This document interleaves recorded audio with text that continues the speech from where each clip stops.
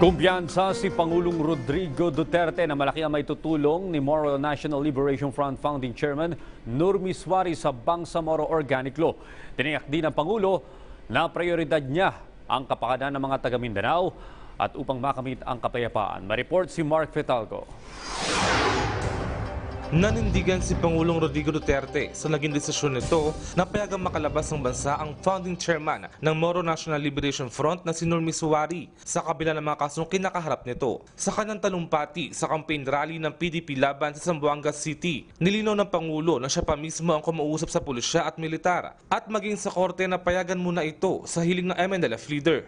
Ms. Suarez, a true Tausog, would never allow that he be buried in a foreign land. Sigurado ako niya. That's why he will come back and help us build a nation. Tiwala ang Pangulo na malaki ang may tutulong ni Ms. Suarez sa Bangsamoro Organic Law na layong solusyonan ang matagal ng kaguluhan sa Mindanao. At ngayon puspusan ng mahakbang na ginagawa ng pamahalaan upang makamit ang tunay na kapayapaan sa rehiyon. May buwelta ang Pangulo sa mga humahadlang dito. Kayong mga komunista, kayong mga NPA, bakit kayo sumusunod ng isang utak ng tao? And it's about socialism. That is all there is to it.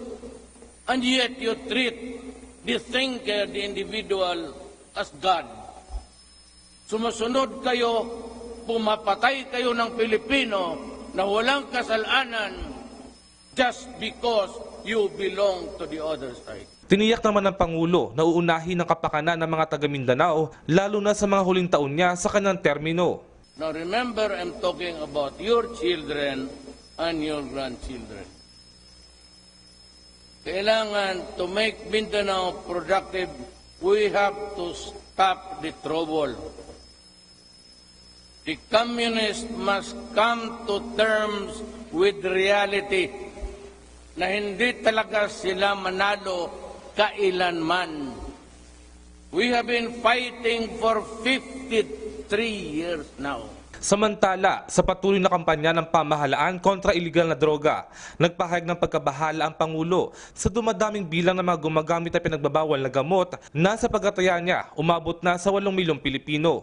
Now I have a problem because these 8 million Filipinos are addicted to a deadly drug called shabu, which will shrink your brain and render you inutil.